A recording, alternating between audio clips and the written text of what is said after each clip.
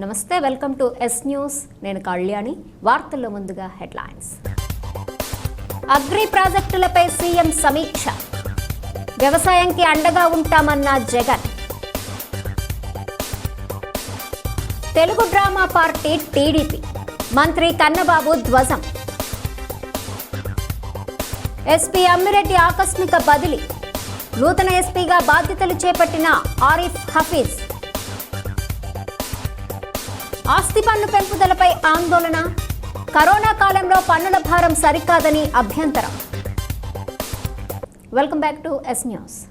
Corona కష్టకాలంలో గుంటూరు ప్రభుత్వ ఆసుపత్రిలో పాజిటివ్ బాధితులను ఆదుకునేందుకు పూర్వ విద్యార్థులు ముందుకొచ్చారు. కరోనా వైద్యానికి సంబంధించిన పలు రకాల వైద్య పరికరాలను జీజీహెచ్కి అందజేసి సమాజానికి ఆదర్శంగా నిలిచారు. గుంటూరు బోధనాసుపత్రి పూర్వ విద్యార్థులు ఆసుపత్రి అభివృద్ధికి తమ వంతు సహకారము అందిస్తూనే ఉన్నారు. ఏ ఆపద వచ్చినా మేమున్నామంటూ పెద్ద మనసుతో ఆదుకుంటూనే ఉన్నారు. కరోనా కష్టకాలంలో గుంటూరు మెడికల్ కళాశాల 1993 బ్యాచ్ పూర్వ విద్యార్థులు ఆ పన్నులకు అభయహస్తం అందించారు. తులసి మల్టీ సూపర్ స్పెషాలిటీ ఆసుపత్రి ఎండి ప్రశాంతి, డాక్టర్ స్వర్ణలత ద్వారా వారు పలు రకాల వైద్య పరికరాలను ఆసుపత్రి సూపరింటెండెంట్ డాక్టర్ ప్రభావతికి అందజేశారు. ఈ సందర్భంగా సూపరింటెండెంట్ మాట్లాడుతూ ఆపత్కాల సమయంలో పూర్వ విద్యార్థులు తమ వంతు సహకారం అందించడం అభినందనీయమన్నారు. ఈ కార్యక్రమంలో doctor M Bhimeshwar, doctor Satish Kumar, doctor Shravan, in charge ADP Srinivas పాల్గొన్నారు.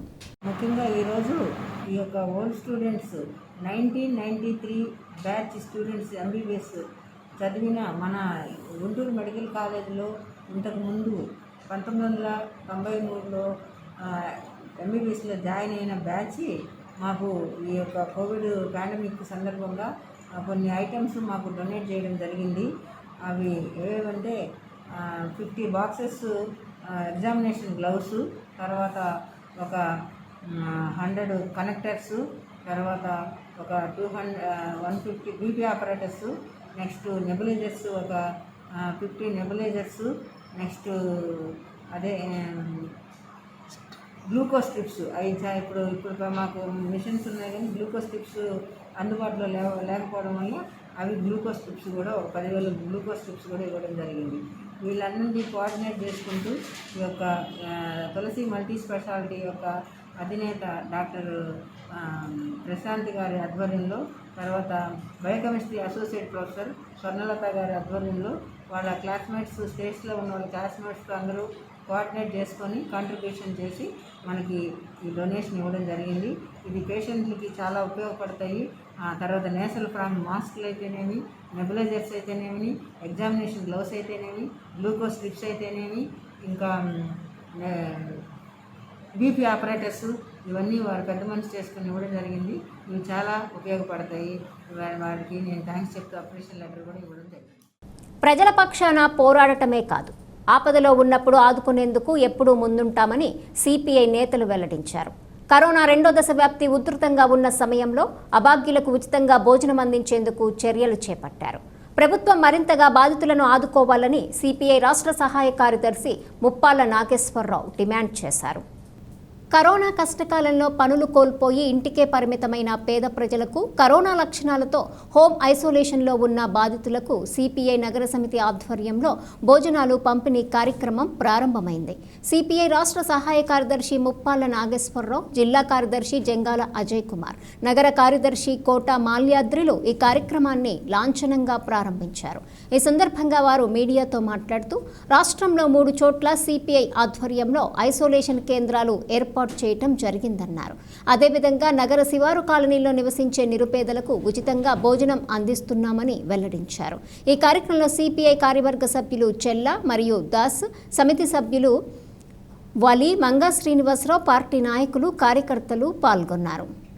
రాష్ట్ర పిలుపును అనుసరించి గుంటూరు జిల్లా వ్యాపితంగా అన్ని నియోజకవర్గాల్లో కరోనా బాధితులకి, అలాగే కరోనా కాలంలో పనులు లేకుండా ఇబ్బంది పడుతున్నటువంటి వారికి భోజనం ప్యాకెట్లు అందించేటటువంటి కార్యక్రమాన్ని ఈ రోజు నుంచి గుంటూరులో, చిలకలూరుపేటలో, మంగళగిరిలో, పల్నాడులో ఇలా అన్ని నియోజకవర్గాల్లో పలు రకాల సేవా కార్యక్రమాల్ని చేపడుతూ ఉన్నాం. అంటే కమ్యూనిస్ట్ పార్టీలు ప్రభుత్వాలు చేసేటటువంటి అరాచకాలని, ప్రభుత్వాలు చేసేటటువంటి బాధ్యత రాహిత్యాన్ని ఎంతగా ప్రశ్నిస్తామో అంతే జవాబుదారీతనంతో సమాజంలో ఉండేటటువంటి పేదల్ని ఆదుకోవటానికి మా వంతుగా కృషి చేస్తూ ఉన్నాం. గత కరోనా కాలంలో సుమారు 80 లక్షల పైచిలకు ఆహార పదార్థాలను కానీ, శానిటైజర్లని, మాస్కుల్ని జిల్లా వ్యాపితంగా సిపిఐ అలాగే అనుబంధ ప్రజా సంఘాలన్నీ కూడా పంపిణీ చేయడం అనేది జరిగింది. అందులో భాగంగానే జిల్లా వ్యాపితంగా ఇలాంటి కార్యక్రమాన్ని మాస్కులు, శానిటైజర్లు, ఇంకా కావలసినటువంటి వారికి ఆహార పదార్థాలు అందించే కార్యక్రమం చేపట్టాం. ఈ రోజున గుంటూరు నగర సమితి ఆధ్వర్యంలో ఈ కార్యక్రమం జయప్రదంగా నిర్వహించినందుకు సిపిఐ గుంటూరు జిల్లా సమితి తరఫున వారికి ప్రత్యేకమైనటువంటి అభినందనలు తెలియజేస్తా ఉన్నాం. రాష్ట్ర వ్యాప్తంగా కోవిడ్ మొదటి దశలో కోట్లాది రూపాయల నిత్యావసర వస్తువులు పంపిణీ చేయడం జరిగింది. ఈ రెండో దశ వచ్చిన తర్వాత రాష్ట్రంలో 3 చోట్ల కోవిడ్ ఐసోలేషన్ సెంటర్లు పెట్టి ఇలాంటి పేదలు చిన్న చిన్న గుడిసెల్లో ఇళ్లలో ఉండేటువంటి వాళ్ళకి ఒకరికి వస్తే కుటుంబ సభ్యులందరికీ కూడా అంటుకోకుండా వారి రక్షణ కోసము కోవిడ్ సెంటర్స్ని పెట్టి వాటిని మంచిగా కొనసాగిస్తున్నాము. అలాగే దాదాపు అన్ని పట్టణాల్లో నిరుపేదలు పనులు లేక ఇబ్బందులు పడుతున్నటువంటి వాళ్ళకి మరి మంచి పౌష్టికాహారాన్ని అందించడం జరుగుతుంది. మరి ఈరోజు గుంటూరు నగర పార్టీ ఆధ్వర్యంలో ఈ సెంటర్లో ఇప్పుడు ఇక్కడ ఉన్నటువంటి పేదలందరికీ కూడా భోజన ప్యాకెట్లు అందించడం జరిగింది. ఇదేదో ఉడతా భక్తిగా మనం చేయాల్సిన బాధ్యతని మనం గుర్తుంచుకొని మనం చేస్తున్నాము. కానీ ప్రభుత్వాలు మరింతగా పేదలకి తోడ్పడేటువంటి వైఖరి తీసుకోవాలి. గుంటూరు అర్బన్ ఎస్పీ అమ్మిరెడ్డిని బదిలీ చేస్తూ రాష్ట్ర ప్రభుత్వం ఉత్తర్వులు జారీ చేసింది. ఆయన స్థానంలో ఎస్ఈబీ ఎస్పీ ఆరిఫ్ హఫీజ్ని నియమించింది. అమ్మిరెడ్డిని డీజీపీ ఆఫీసులో రిపోర్ట్ చేయాల్సిందిగా ఆదేశించింది. గుంటూరు అర్బన్ ఎస్పీ అమ్మిరెడ్డి ఆకస్మికంగా బదిలీ అయ్యారు. ఎస్పీగా ఆయన బాధ్యతలు చేపట్టిన దగ్గర నుంచి అక్రమార్కుల గుండెల్లో రైళ్లు పరుగెత్తించారు. అలాగే పోలీసు అధికారులు విధి నిర్వహణలో నిర్లక్ష్యం వహిస్తే శాఖపరమైన చర్యలు తీసుకోవటంలో వెనకాడలేదు. అయితే Narasapuram MP Raghurama Krishnam Raju CID custody విషయంలో కోర్టు ధిక్కారం కింద నోటీసులు అందుకున్నారు. అలాగే రఘురామకృష్ణంరాజు కేంద్ర రక్షణ శాఖ మంత్రి రాజ్నాథ్ సింగ్ కు ఫిర్యాదు చేసిన పేర్లలో అమ్మిరెడ్డి పేరు కూడా ఉంది. దానికి తోడు గుంటూరు జిల్లాలో 2 వర్గాల్లో ఒక వర్గానికి అమ్మిరెడ్డి అనుకూలంగా ఉన్నారనే వివాదం పార్టీ అధిష్టానం వద్ద నలుగుతోంది. ఈ నేపథ్యంలోనే అర్బన్ ఎస్పీ అమ్మిరెడ్డి బదిలీ జరిగిందని ఆరోపణలు వినిపిస్తున్నాయి. నిజాయితీగా పట్టుదలతో పనిచేసిన అధికారి బదిలీ కావటం గుంటూరులో చర్చనీయాంశంగా మారింది. రాష్ట్ర ప్రభుత్వం చెత్త సేకరణకు పన్ను విధించడం దుర్మార్గమని ఆస్తి పన్ను పెంపు వ్యతిరేక పోరాట కమిటీ కార్యదర్శి భారవి ధ్వజమెత్తారు. కరోనా కష్టకాలంలో ప్రజలపై భారం మోపటం సరికాదన్నారు. తక్షణమే ప్రభుత్వం చెత్త సేకరణ పన్ను విధానాన్ని విరమించుకోవాలని డిమాండ్ చేశారు. ప్రజా వ్యతిరేకత నేపథ్యంలో ఆస్తి విలువ ఆధారిత పన్ను విధానాన్ని పక్కన పెట్టిన రాష్ట్ర ప్రభుత్వం దొడ్డిదారిన ప్రస్తుతం చెత్త సేకరణకు పన్ను విధించడం సహేతుకంగా లేదని ఆస్తి పన్ను పెంపు వ్యతిరేక పోరాట కమిటీ కార్యదర్శి భారవి ఆరోపించారు. బుధవారం స్థానిక యూటీఎఫ్ కార్యాలయంలో ఏర్పాటు చేసిన మీడియా సమావేశంలో ఆయన మాట్లాడారు. స్వచ్ఛ భారత్ అమృత పథకాల నిధుల కోసం గుంటూరు నగరంలో 7 32 డివిజన్లను పైలట్ ప్రాజెక్టుగా తీసుకుని చెత్త సేకరణకు రాష్ట్ర ప్రభుత్వం పన్ను విధించడం దారుణమన్నారు. కరోనా 2వ దశ వ్యాప్తి ఉధృతంగా ఉన్న నేపథ్యంలో 2 నెలల నుంచి పనులు లేక ప్రజలు ఉపాధి కోల్పోయారని తెలిపారు. ఈ తరుణంలో పన్నులు విధించడం రాష్ట్ర ప్రభుత్వానికి తగదన్నారు. రాష్ట్ర ప్రభుత్వం తక్షణమే ఈ విధానాన్ని ఉపసంహరించుకోకపోతే ప్రజా ఉద్యమం తప్పదని హెచ్చరించారు. ఈ సమావేశంలో నళినీకాంత్, కళాధర్ పాల్గొన్నారు. గుంటూరు నగరపాలక సంస్థ పైలట్ ప్రాజెక్టు కింద గుంటూరు నగరంలోని 7, 32 వార్డుల్లో డివిజన్స్లో చెత్త పన్నుని ప్రత్యేకంగా వసూలు చేయాలనే నిర్ణయాన్ని తక్షణమే ఉపసంహరించుకోవాలని చెప్పి డిమాండ్ చేస్తూ ఉన్నాం. గత సంవత్సర కాలంలో ఆస్తి విలువ ఆధారంగా పన్ను వేయాలనే నిర్ణయం వ్యతిరేకంగా పెద్ద ఎత్తున రాష్ట్ర వ్యాప్తంగా ఉద్యమం జరిగింది. ఆ ఉద్యమం ఫలితంగా ప్రభుత్వం తాత్కాలికంగా ఆ నిర్ణయాన్ని ఉపసంహరించుకుంది. అది దొడ్డిదారిన ఈరోజు ఈ చెత్త పన్నుని పైలట్ ప్రాజెక్ట్ కింద ప్రత్యేకంగా 732 వార్డుల్లో అమలు చేస్తూ ఉంది. దీనివల్ల ఇప్పటి వరకు చిన్న కుటుంబంలో ఉన్న వాళ్ళు కట్టే మొత్తం ఇంటి పన్ను కంటే ఎక్కువగా, ఎందుకంటే 50 గజాలు 100 గజాల లోపల ఉన్న ఇళ్ళకి కేవలం 1000-1400 మధ్యనే ఇంటి పన్ను ఉండేది. కానీ ఈరోజు చెత్త పన్నే సంవత్సరానికి 1440 రూపాయలు వసూలు చేయబోతా ఉన్నారు. ఇది చాలా అన్యాయమైంది. ఈరోజు చెత్త పన్నే 1440 రూపాయలు వసూలు చేస్తే రేపు ఆస్తి పన్ను ఎన్ని వేల రూపాయలు వసూలు చేస్తారనేది ఇది ఒక పెద్ద ఉదాహరణ. అందుకనే ఆస్తి విలువ ఆధారంగా ఇంటి పన్ను వేయాలనే నిర్ణయాన్ని మేము తీవ్రంగా వ్యతిరేకించాం. అలానే వాస్తవంగా ఈరోజు మొన్న ఆస్తి విలువ ఆధారంగా ఇంటి పన్ను వేయాలని నిర్ణయం చేసినప్పుడు, రాష్ట్ర ప్రభుత్వం నిర్ణయం చేసినప్పుడు ఆ రోజు రాష్ట్రంలో ఎక్కడ కౌన్సిల్స్ లేవు. కానీ మొన్న నగరపాలక సంస్థ ఎన్నికలు, మున్సిపల్ ఎన్నికలు జరిగినాయి. కొత్తగా కార్పొరేటర్లు కౌన్సిల్ ఎన్నికయ్యారు. స్థానిక పాలకవర్గం వచ్చింది. కానీ స్థానిక పాలకవర్గం కార్పొరేటర్లకి ఎలాంటి విలువ లేకుండా వాళ్ళ నిర్ణయాలను ఏమాత్రం పట్టించుకోకుండా కేవలం అధికారుల నిర్ణయాలు చేస్తూ ఉన్నారు. ఆస్తి పన్ను పోరాట వ్యతిరేక కమిటీ తరఫున ఈరోజు ప్రభుత్వం తీసుకున్నటువంటి కొత్త విధానం మీద ప్రెస్ మీట్ ఆర్గనైజ్ చేస్తున్నాం. గత అసెంబ్లీ సమావేశాల్లో మొత్తం ఆస్తి పన్ను చట్టాన్ని మార్చివేసిన దానికి వ్యతిరేకంగా రాష్ట్ర వ్యాప్తంగా పట్టణ పౌర సంఘాల సమాఖ్య పేరుతో ప్రజలందరూ వ్యతిరేకించడంతో ఆ బిల్లును తాత్కాలికంగా పక్కన పెట్టడం జరిగింది. ఆ పెంపుదలని ఆపేశారు. కానీ వాళ్ళ చాప కింద నీరులాగా కొన్ని నగరాలను ఎంపిక చేసుకుని అందులో మన గుంటూరు నగరం కూడా పైలట్ ప్రాజెక్ట్ కింద స్వచ్ఛ భారత్ మిషన్, అమృత పథకాల ద్వారా నిధులు మంజూరు అవడం కోసం వాటిలో ఉన్నటువంటి షరతులకి లోబడి వాళ్ళ గుంటూరు నగరంలో 2 వార్డులో 7వ నెంబర్ వార్డు, 32వ వార్డులో చెత్త సేకరణకి, ఘన వ్యర్థ పదార్థాల సేకరణకి పన్ను విధించే విధానాన్ని 2 రోజుల క్రితం మొదలెట్టారు. ఇది చాలా దారుణమైనటువంటి అంశం. ఒక పక్క ప్రజలు లాక్డౌన్ తోటి ఉపాధి లేక, కరోనా తీవ్రంగా గత 2 నెలల నుంచి రాష్ట్ర ప్రజలను అతలాకుతలం చేస్తున్న నేపథ్యంలో, ఆస్తి పన్ను ఈ పక్క వాయిదా వేసిన నేపథ్యంలో ఇవాళ చెత్త సేకరణకి ఇంటికి 120 రూపాయలు చొప్పున వసూలు చేసే క్రమం మన నగరంలో ప్రారంభించడం చాలా దుర్మార్గం. దీన్ని మేము తీవ్రంగా వ్యతిరేకిస్తున్నాం. ప్రజా సమస్యలు పరిష్కరించడమే తొలి ప్రాధాన్యతగా తీసుకుంటామని నూతన అర్బన్ ఎస్పీ ఆరిఫ్ హఫీజ్ తెలిపారు. శాంతి భద్రతల విషయంలో రాజీ పడబోమని స్పష్టం చేశారు. దిశ యాక్ట్ చట్టాన్ని పకడ్బందీగా అమలు చేసి మహిళలకు పూర్తిగా రక్షణ కల్పిస్తామని చెప్పారు. రాజకీయంగా చైతన్యవంతమైన గుంటూరు జిల్లాపై తనకు పూర్తిగా అవగాహన ఉందని చెప్పారు.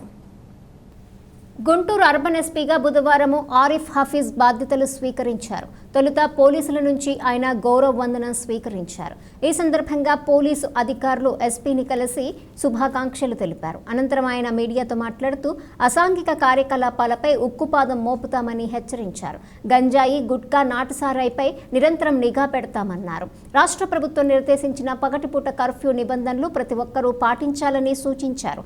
అదేవిధంగా కరోనా కష్టకాలంలో ఉద్యోగ బాధ్యతలు నిర్వహిస్తున్న పోలీసు సిబ్బందికి అన్ని విధాలా అండగా ఉంటామని వెల్లడించారు. నా ఫస్ట్ పోస్టింగ్ నర్సీపట్నం ఏఎస్పీగా చేశాను. తర్వాత ఓఎస్డీ ఈస్ట్ గోదావరి, అదైన తర్వాత ట్రాన్స్ఫర్ మీద SP special enforcement bureau Guntur rural అర్బన్గా పనిచేశాను.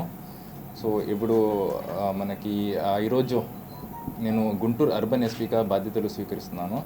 So I thank the government and the police department, DGP sir, honorable CM sir, everybody for giving me this opportunity to serve the people. So already నేను గుంటూరులో చేశాను కాబట్టి నాకు కొద్దిగా ఆహ్వానం ఉంది జిల్లా మీద, ఎట్లా ఉన్నాయి ఇష్యూస్ ఏమున్నాయి. సో నా టీమ్తో additional SPs, HDPOs down to the last rank అందరితో కలిసి we will work for the bettering the society with what best we can do మన పోలీస్ పరంగా. So will be open to public grievances. ఎవరైనా మనకి contact చేయొచ్చు గ్రీవెన్స్తో. So my team will always be available. I will ensure that we will try to give best delivery of service మన department నుంచి. సబ్లో ఉండగా ఇది మనకు ఎలా అడ్వాంటేజ్ కాదు, మీరు ఆల్రెడీ సబ్లో చేశారు కాబట్టి సో ఇది సెబ్లో ఆల్రెడీ ఆల్మోస్ట్ ఒక ఇయర్ పైననే చేశాను నేను, గుంటూరు రూరల్ అర్బన్ జిల్లా. సో నాకు జిల్లా మీద టోపోగ్రఫీ మీద ఆహ్వానం ఉంది, ఎట్లా ఏం ఇష్యూస్ ఉన్నాయి, గాంజా ఉండొచ్చు, గుట్కా ఉండొచ్చు, నాటు సరే, ID liquor, NDPL, Goa, Telangana. So already మీకు తెలుసు, మనము ఐసీబీలో చాలాసారి పట్టుకున్నాము, బాగా పట్టుకున్నాము, గోవా లిక్కర్, ఎన్డీపీఎల్ లిక్కర్, గాంజాయి కూడా, including synthetic drugs. So issues మీద ఆహ్వానం ఉంది కాబట్టి I'll be in a better position to assess the situation and take better steps.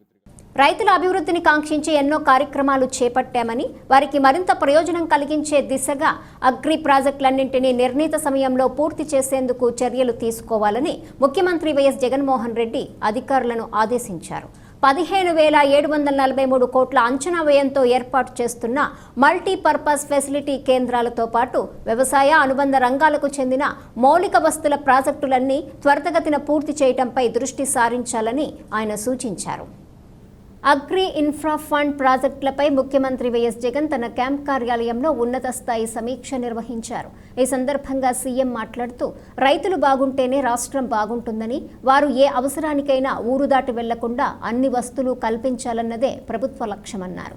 ఈ దిశగా ఇప్పటికే రైతు భరోసా కేంద్రాలు ఏర్పాటు చేసి అండగా నిలిచామని, ఆధునిక వ్యవసాయ పరికరాలు, యాంత్రీకరణకు వారికి అందుబాటులోకి తేవటం ద్వారా మరింత చేయూత ఇచ్చే దిశగా అడుగులు ముందుకు వేస్తున్నామని చెప్పారు. ఎక్కడికక్కడ పంటలను ప్రాసెస్ చేయడం ద్వారా రైతులకు మంచి ధర వస్తుందని, ఇందుకోసం గ్రామ స్థాయిలో విత్తన, మిల్లెట్ ప్రాసెసింగ్ ఏర్పాటుకు చర్యలు తీసుకోవాలని అధికారులను ఆదేశించారు. ఉపాధి హామీ పనులను వేగవంతం చేయాలని, పనుల ప్రగతిని ఎప్పటికప్పుడు పర్యవేక్షించాలని స్పష్టం చేశారు. ప్రతి 15 రోజులకొకసారి సమీక్షా సమావేశం ఏర్పాటు చేయాలని, అధికారుల స్థాయిలో ప్రతి ఆదివారం సమీక్ష చేయాలని సూచించారు. టీడీపీ అంటే తెలుగు డ్రామా పార్టీ అని వ్యవసాయ శాఖ మంత్రి కన్నబాబు ఎద్దేవా చేశారు. రాష్ట్రంలో సంక్షేమం, అభివృద్ధి పరిడవిల్లుతుండటం, సీఎం జగన్ 2 ఏళ్ల పాలనకు ప్రజలు నీరాజనాలు పలుకుతుండటంతో టీడీపీ నేతలు డైవర్షన్ పాలిటిక్స్ కోసం ప్రయత్నిస్తున్నారని ధ్వజమెత్తారు. దేనికైనా తెలుగు డ్రామా పార్టీలో ముందే రిహార్సల్స్ ఉంటాయని చెప్పారు. తాడేపల్లిలోని వైఎస్ఆర్సీపీ కేంద్ర కార్యాలయంలో కన్నబాబు మీడియాతో మాట్లాడుతూ, మహానాడు సందర్భంగా చంద్రబాబు నిర్వహించిన రిహార్సల్స్లో చంద్రబాబు, యనమల, సోమిరెడ్డి, చంద్రమోహన్ రెడ్డి వీడియో లీక్ కావడంతో వారి రాజకీయ డ్రామాలు ప్రజలకు తెలిసిపోయాయన్నారు. ఆ వీడియోలో పార్టీకి ఎస్టీలు, మైనార్టీలు, బీసీలో చాలా మంది దూరమయ్యారని సోమిరెడ్డి అన్నారని, ఇవన్నీ నిజమేనని యనమల అంగీకరించారని, ఇవన్నీ నిజమైనా బయటకు రాకుండా మాట్లాడండి అని చంద్రబాబు చెబుతున్నారని వివరించారు. టీడీపీ అంటే తెలుగు డ్రామా పార్టీ అని వైఎస్ఆర్సీపీ మొదటి నుంచి చెబుతోందని గుర్తు చేశారు. సీఎం జగన్ కి మంచి పేరు రాకూడదన్నదే వీరి ఆలోచన అన్నారు. సీఎం జగన్ పరిపాలనా దక్షత వల్లే అన్ని రంగాల్లో రాష్ట్రం పురోగతి సాధించిందన్నారు. 2 ఏళ్ల పరిపాలన పూర్తయిన సందర్భంగా సీఎం జగన్ పుస్తకం విడుదల చేస్తే టీడీపీ నుంచి సర్టిఫికేట్ తీసుకోవాల్సిన అవసరం లేదన్నారు. అగ్రకులాల్లో పేదలను కూడా ఆదుకుంటున్నామని తెలిపారు. హైదరాబాద్లో కూర్చొని రోజు జూమ్లో ఒక కథ అల్లటం, డ్రామా చేయటం, అనుకూల మీడియాలో పెద్ద ఎత్తున చూపించుకొని ఆనందపడి నిద్రపోవటం చంద్రబాబుకు రోజువారీ కార్యక్రమంగా మారిందని ఎద్దేవా చేశారు. ఇప్పటికైనా ఉచిత సలహాలు మాని నిర్మాణాత్మక ప్రతిపక్షంగా వ్యవహరించాలని ఆయన హితో పలికారు. ఉదయం నుంచి మాజీ ఆర్థిక శాఖ మంత్రి, తెలుగుదేశం పార్టీలో చంద్రబాబు నాయుడు గారికి కుడి భుజంగా ఉండే నాయకుడు యనమల రామకృష్ణ గారు ఒక పక్కన, మరోవైపు చంద్రబాబు నాయుడు గారి పుత్రరత్నం లోకేష్ ఒక పక్కన, వైఎస్ఆర్ పార్టీ పైన, గౌరవ ముఖ్యమంత్రి జగన్మోహన్ రెడ్డి గారి పైన చాలా అనుచితంగా మాట్లాడుతూ నోటికి వచ్చినట్టల్లా వ్యాఖ్యలు చేస్తూ ఉన్నారు. మేము నిన్ననే అనుకున్నాం, 2 ఏళ్ల కాలం ఈ ప్రభుత్వానికి పూర్తయ్యి 3వ సంవత్సరం అడుగుపెడుతున్న సందర్భంగా ప్రజలందరూ పూర్తి సంతృప్తితో ఉండే విధంగా 1,00,00,000 కోట్ల రూపాయల పైన వారికి నేరుగా ప్రత్యక్షంగా ప్రయోజనాలు కల్పించి, సంక్షేమానికి నిజమైన అర్థం చెబుతూ, అభివృద్ధికి నిజమైన అర్థం చెబుతూ ముందుకెళ్తున్న సమయంలో ఖచ్చితంగా ఈ విధంగా అవాకులు చవాకులు, అబద్ధాలు, అసత్యాలని ప్రచారం చేయడం మొదలు పెడతారు ఈ తెలుగుదేశం పార్టీ నాయకులు. ఎందుకంటే వీరికి ఇది వెన్నతో పెట్టిన విద్య. డైవర్షన్ చేయడం అనేది ఈ ప్రభుత్వానికి మంచి పేరు రాకూడదు, ఈ ముఖ్యమంత్రి గారికి మంచి పేరు రాకూడదు కాబట్టి ఏదో ఒకటి మాట్లాడి డైవర్ట్ చేస్తారని నిన్ననే అనుకున్నాం. అలాగే ఉదయం ఇద్దరు కూడా తయారైపోయారు రోడ్డు మీదకి. రాష్ట్ర ఆర్థిక పరిస్థితి మీద ఈ మాజీ ఆర్థిక మంత్రి గారు చాలా ఆందోళనగా ఉందట ఆయనకి, యనమల రామకృష్ణ గారికి. మేమేమనుకుంటున్నామంటే ఈయన ఆందోళన రాష్ట్ర ఆర్థిక పరిస్థితి మీద కాదు, వాళ్ళ పార్టీ పరిస్థితి మీద బహుశా ఆందోళనగా ఉండి ఉంటారు. ఎందుకంటే మొన్న తిరుపతి ఎలక్షన్ సమయంలో చూసాం, స్వయంగా పార్టీ అధ్యక్షుడు అచ్చెన్నాయుడు గారు పార్టీ లేదు బొక్క లేదని మాట్లాడిన మాటలు చూసాం.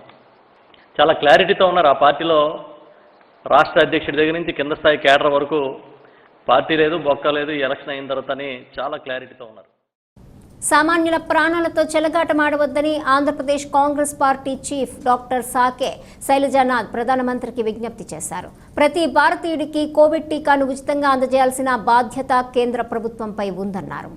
శైలజానాథ్ మీడియాతో మాట్లాడుతూ 50 సంవత్సరాల కాంగ్రెస్ పాలనలో యూనివర్సల్ ఇమ్యునైజేషన్ ప్రోగ్రాం కింద అనేక మహమ్మారుల నుండి దేశ ప్రజలను కాపాడేందుకు వ్యాక్సినేషన్ కార్యక్రమాన్ని చేపట్టడం జరిగిందని గుర్తు చేశారు. ఇకనైనా మోదీ సర్కార్ ప్రజల ప్రాణాలతో చెలగాటం మాని ప్రజలందరికీ ఉచితంగా కోవిడ్ టీకా పంపిణీ చేయాలని విజ్ఞప్తి చేస్తున్నామన్నారు. ప్రధానమంత్రి గారు, మీరు కొన్ని మాటలు వినమని నేను రిక్వెస్ట్ చేస్తూ ఉన్నాను, డిమాండ్ చేస్తూ ఉన్నాను. రాహుల్ గాంధీ గారి నాయకత్వాన్ని మీకు కొన్ని మాటలు చెప్పాలనుకుంటా ఉన్నాం. ఈ దేశం భూమి మీద ఉన్న ప్రతి మనిషికి మీరు కోవిడ్-19కి అగెనెస్ట్గా వ్యాక్సినేషన్ ఉచితంగా చేయించాలి. అసలు వ్యాక్సినేషన్ పొందడం అన్నది సిటిజన్ యొక్క బర్త్ రైట్, పుట్టిన వాళ్ళ బర్త్ రైట్. ఇది మీరు ఏం సిగ్గుపడాల్సిన అవసరం లేదు, అంటే మొహమాట పడాల్సిన అవసరం లేదు. ఇప్పటికే కాంగ్రెస్ పార్టీ నాయకత్వం ఉన్న ప్రభుత్వాలు యూనివర్సల్ ఇమ్యునైజేషన్ ప్రోగ్రాం కింద అనేక మంది మహమ్మారుల్ని పాల్గొలేం. మశూచి, ప్లేగ్, పోలియో లాంటివి. ఓ గొప్ప వారసత్వం ఉంది, అనుభవం ఉంది. దయచేసి మీరు అనుభవాన్ని తీసుకోండి. యూనివర్సల్ ఇమ్యునైజేషన్ ప్రోగ్రాం కింద భారతదేశంలో 50 మందికి ఉచితంగా వ్యాక్సిన్ని వేయించమని కోరుతా ఉన్నా. అంతేకాదు, సామాన్య ప్రజల యొక్క ప్రాణాల మీద, జీవితాల మీద మీరు కొద్దిగా ప్రేమ చూపించమని కోరుతా ఉన్నా. మీ అనేకమైన ఇది జీవితం అంటే వ్యాపారం కాదు. ప్రాణాలు వ్యాపారాలతో ముడిపడడానికి నాగరిక సమాజాలు ఒప్పుకోవు, సివిలైజ్డ్ సొసైటీలు ఒప్పుకోవు.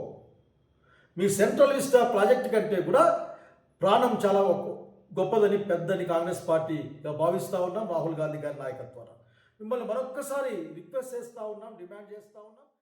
అవినీతికి చిరునామాగా వైసీపీ ప్రభుత్వం మారిందని మాజీ మంత్రి ఆలపాటి రాజేంద్ర ప్రసాద్ ఆరోపించారు. నవరత్నాలు కార్యక్రమంతో ప్రజలను నయవంచన చేశారని మండిపడ్డారు. నవ్యాంధ్ర అవతరించి 7 సంవత్సరాలైనా రాజధాని లేని రాష్ట్రంగా ఉందని ఆవేదన వ్యక్తం చేశారు. జగన్ 2 ఏళ్ల పాలనలో చేసిందేమీ లేదని ఎద్దేవా చేశారు. టీడీపీ జిల్లా కార్యాలయంలో ఏర్పాటు చేసిన మీడియా సమావేశంలో మాజీ మంత్రి ఆలపాటి రాజేంద్ర ప్రసాద్ జగన్ 2 ఏళ్ల పాలనపై దుమ్మెత్తిపోశారు. వైసీపీ ప్రభుత్వం అధికారంలోకి వచ్చిన తర్వాత రాష్ట్ర అభివృద్ధి, ప్రజా సంక్షేమం శూన్యంగా మారిందని ఆరోపించారు. రాజ్యాంగ విలువలకు తూట్లు పొడుస్తూ నియంతలా జగన్ పాలన సాగిస్తున్నారని మండిపడ్డారు. కౌలు రైతులు నడ్డి విరిచేలా వైసీపీ నూతన చట్టం చేయటం దుర్మార్గమన్నారు. రాష్ట్ర బడ్జెట్ అంకల గారడీగా ఉందని దుయ్యబట్టారు. కరోనా కష్టకాలంలో ప్రజలను గాలికి వదిలేశారని విమర్శించారు. ఇవాళ కౌలు రైతు మాట తప్పను, మడం తెప్పను అన్నటువంటి నీ నాయకత్వం ఎక్కడికి పోయిందా అని చెప్పి నేను అడుగుతా ఉన్నా. గత ప్రభుత్వం ప్రకటించినటువంటి 15,60,000 మంది కౌలు రైతులను కూడా ఇవాళ గుర్తించలేనటువంటి నీ ప్రభుత్వం, కేవలం 40,000 మందిని గుర్తించిన నీ ప్రభుత్వం ఏమిటయ్యా నువ్వు కౌలు రైతులకు చేసే న్యాయం అని చెప్పి నేను అడుగుతా ఉన్నా. ఏం చట్టం చేసావు?